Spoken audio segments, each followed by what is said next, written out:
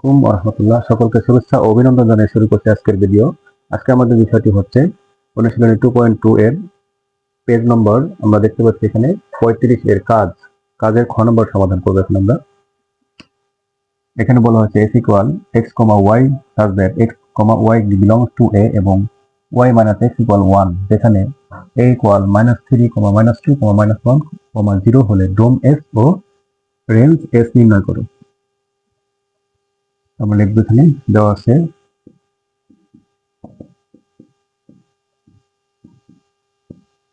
s equal x, y such that x, y belongs to a এবং y minus x equal 1 যেখানে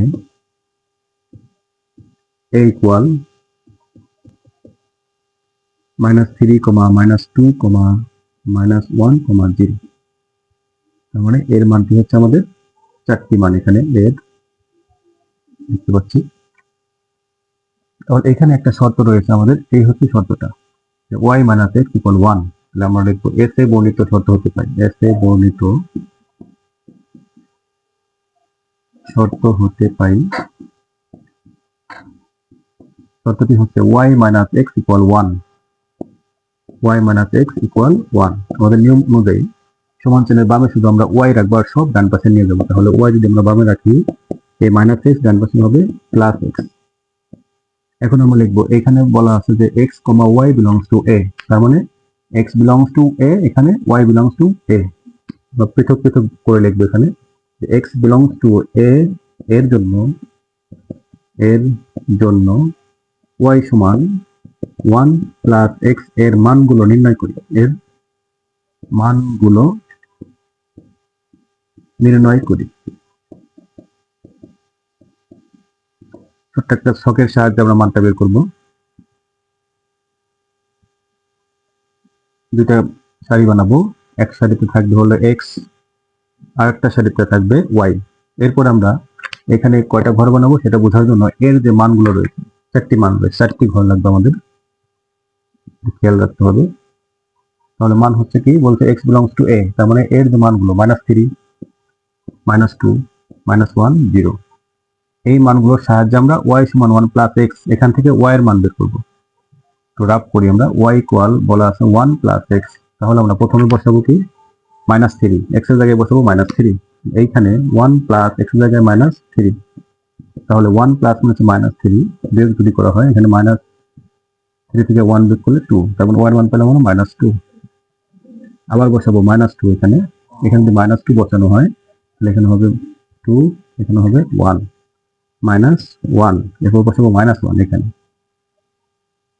-1 বসানো হলে এখানে হবে প্লাস হচ্ছে -1, 1 থেকে 1 বিয়োগ করলে হবে 0, y এর মান হচ্ছে এখানে 0। এরপরে বসাবো হচ্ছে 0, x এর জায়গায় 0, এখানে 0 রয়েছে, 0 বসালে 1 প্লাস 0 মানে হচ্ছে 1, তাহলে আমরা মান পাবো 1।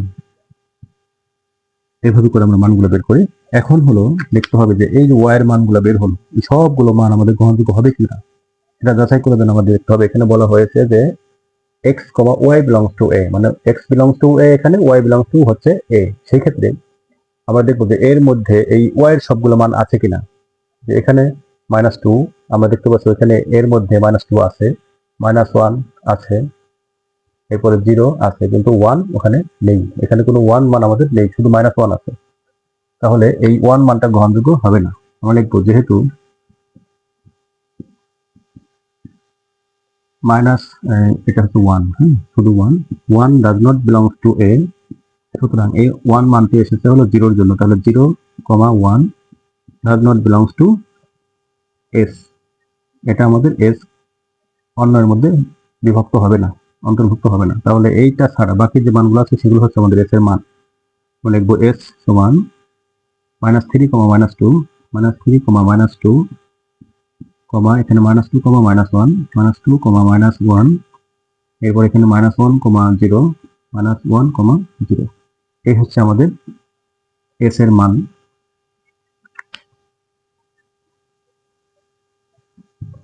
এখান থেকে আমাদের এখন ডোমেন ও রেঞ্জ নির্ণয় করতে হবে। এখানে বলা হয়েছে যে এই ডোম s এবং ও রেঞ্জ s নির্ণয় করো। তাহলে ডোম এস। ডোম এস মানে এস এর ডোমেন। ডোমেন হচ্ছে প্রথম উপাদান নিয়ে যে সেট তৈরি হবে সেটা হচ্ছে ডোমেন। -3, -2, -1, -3, -2, এই যে -3, -2, -1, -1 হচ্ছে ডোমেন। এরপর হচ্ছে range. Range S. Range S হচ্ছে দ্বিতীয় উপাদান নিয়ে -2, -1, 0, -2, -1, 0। এই হচ্ছে আমাদের এই কাজের এই সমাধান। খুবই সহজ। এরকম অঙ্ক অনেক পরীক্ষায় আমরা পাবো। খুব ভালো করে অঙ্কগুলো আমরা প্র্যাকটিস করবো, তাহলে ইনশাল্লাহ পারবো পরীক্ষাতে। সকলকে ধন্যবাদ ও শুভেচ্ছা জানিয়ে শেষ করছি। আসসালামু আলাইকুম ওয়া রাহমাতুল্লাহ।